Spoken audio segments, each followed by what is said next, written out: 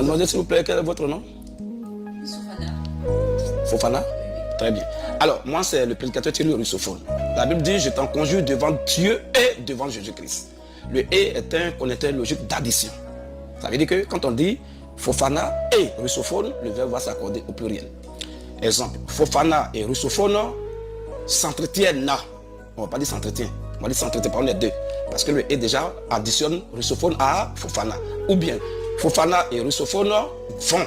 On ne va pas dire Fofana et Russophone va. Alors, mais si on disait Fofana et Russophone, ou bien Fofana ou Russophone, on va faire le choix des deux.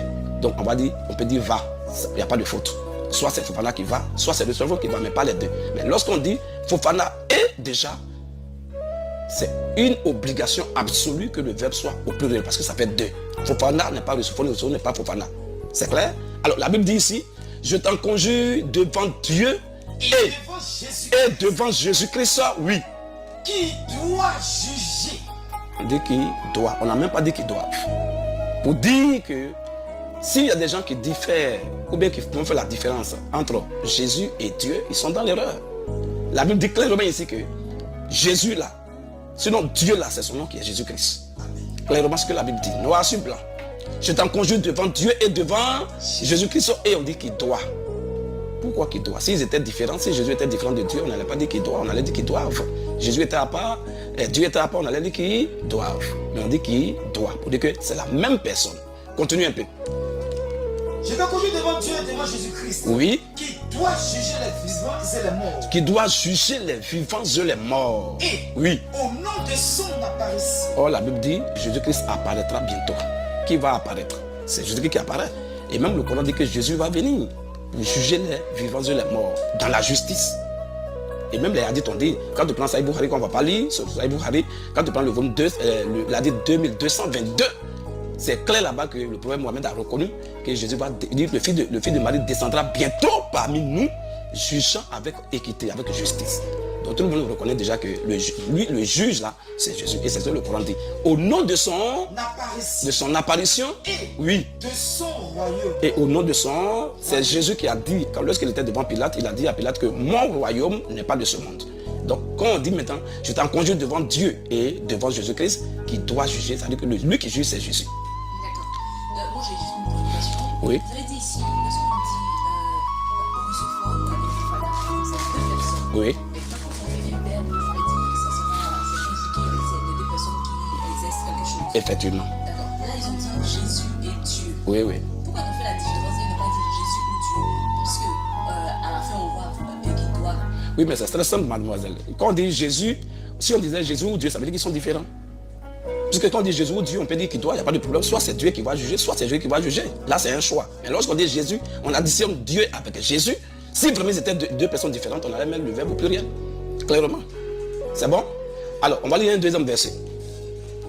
Apocalypse 22. Oui. Verset 3 à 4. Vas-y rapidement. Il n'y aura plus d'anathème. Il n'y aura plus de maudit, donc d'anathème.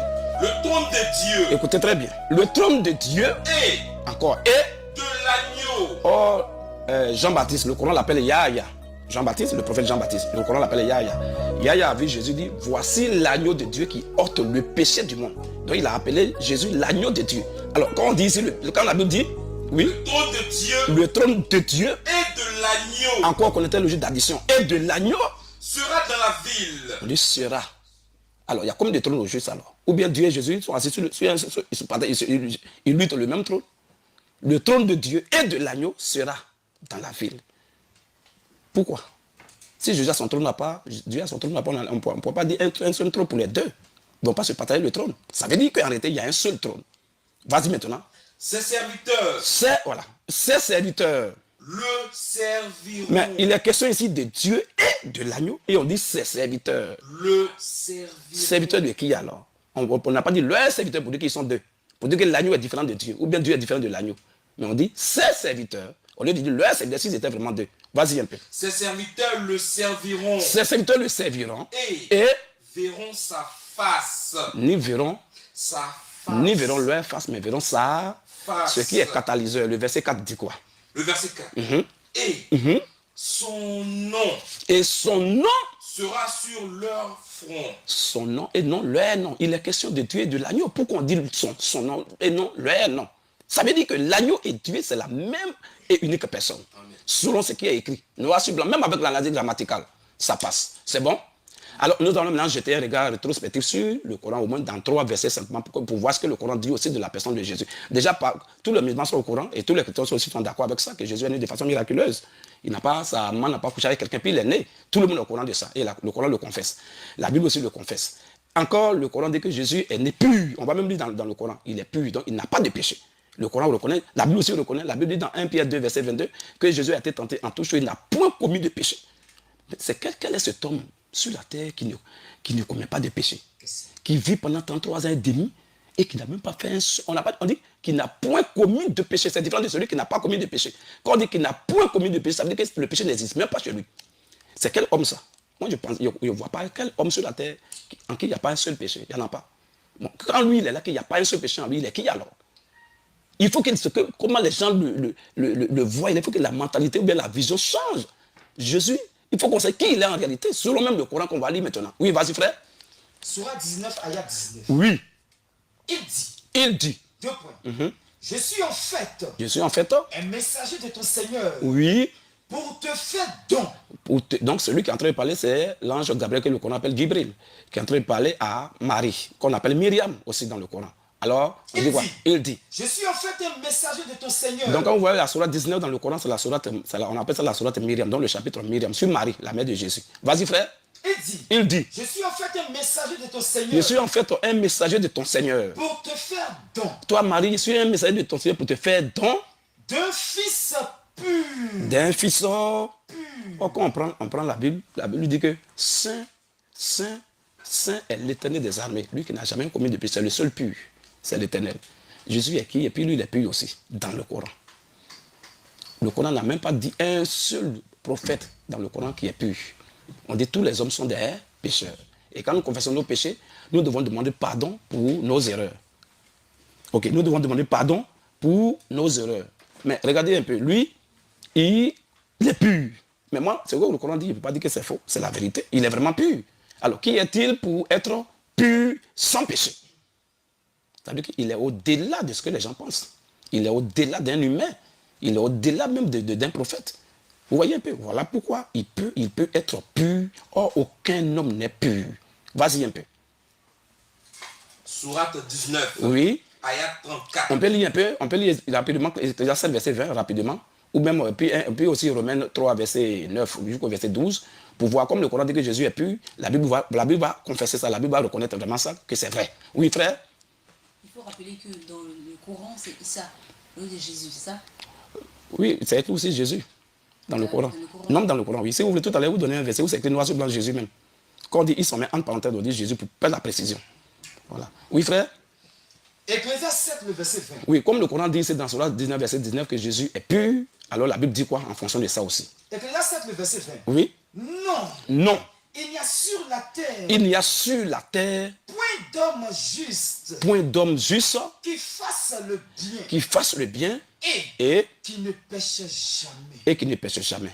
Vous voyez déjà là? Si le Coran dit que Jésus est pur et que la Bible reconnaît que sur la terre, il n'y a pas un seul homme qui est pur et que lui, il est sur la terre, il a vécu sur la terre pendant 33 ans et demi, et puis il est pur, il est qui? Vous voyez déjà qu'il est celui qui doit pardonner nos péchés. Il est celui qui doit. Voilà pourquoi Jean-Baptiste a dit, voici l'agneau de Dieu qui ôte le péché du monde. Un péché ne peut pas ôter le péché du monde. Il faut être Dieu pour ôter le péché. Clairement. Alors, Romains chapitre 3, oui. verset 9. Si les gens ont des questions à poser, il n'y a pas de problème, ils peuvent poser des questions à tout moment. Vas-y frère. Romains chapitre 3, verset 9. Oui. Quoi donc? Sommes-nous plus excellents? Est-ce qu'on est excellent? Nullement. On n'est même pas, nous les humains, on n'est pas excellents. Car oui. Nous avons déjà prouvé que tous, juifs et grecs, les juifs et les non-juifs, sont sous l'empire du péché. Sont tous sous l'empire du péché. Voilà, vas-y un peu. Selon qu'il est écrit. Il n'y a point de juste. Vous voyez un peu? Pas il n'y a pas de juste. Si on dit il n'y a pas de juste, demain il peut y avoir. Il peut ne pas avoir juste aujourd'hui, puis demain il peut en avoir. Mais quand on dit il n'y a point de juste, c'est un absolu. Donc ça veut dire que sur la terre, il n'y a pas quelqu'un qui est un seul qui est juste. Il n'y en a pas. Vas-y. Il n'y a point de juste. Il n'y a point de juste. Pas même un seul. Pas même un seul. Nul n'est intelligent. Nul n'est intelligent. Nul ne cherche Dieu. Nul ne cherche Dieu. Tous sont égarés. Tous sont perdus. Tous sont pervertis. Tous sont pourris. Il n'y en a aucun. Il n'y en a aucun qui fasse le bien. Qui fasse le bien. Pas même un seul. Pas même un seul. Mais le Coran dit non, il y a un seul. Et ce seul-là, c'est lui qui est pur, là, selon cela 19, verset 19. Amen. Que pour te faire don d'un fils, dont le Coran reconnaît que sur la terre, il n'y a pas un seul en dehors de Jésus qui est pur. Donc s'il est seul qui est pur, sachant que c'est Dieu seul qui ne pêche pas. Il est qui selon le Coran? Le Dieu Tout-Puissant. On va lire l'autre verset. Rapidement. 19, oui. ayat 34. Vas-y. Tel est Issa. Voilà. Tout à l'heure de ce dont on parlait. Issa, oui. En parenthèse, Jésus. Tu vois maintenant, c'est ce que je te disais. Quand on dit Issa, on fait la précision, on met entre parenthèses pour dire qu'il s'agit de Jésus, c'est lui, le Coran appelle Issa. Vas-y. Fils de Marie. Voilà, précision de taille encore. Fils de Marie. 2 points. Parole de vérité. Il dit, Romains 3, 4 dit quoi? On dit Jésus est parole de vérité. Est-ce qu'il y a un homme sur la terre qui peut être parole de vérité? Aucun. On peut porter la parole de vérité qui est pour Dieu, mais nous-mêmes, on ne peut pas être parole de vérité. Quand on parle de la parole de vérité, c'est Dieu seul. Et le Coran le dit. C'est Dieu seul qui est la parole de vérité. Et la Bible reconnaît que c'est Dieu seul qui est la parole de vérité. Mais Jésus, il est qui? Et puis lui, il est parole de vérité. Vas-y. Romains 3, oui. verset 4. Vas-y. Loin de là. Loin de là. Que Dieu. Voilà. Que Dieu. Au contraire. Soit reconnu pour vrai. C'est Dieu seul qui est la vérité. Et tout homme. Et tous les humains. Pour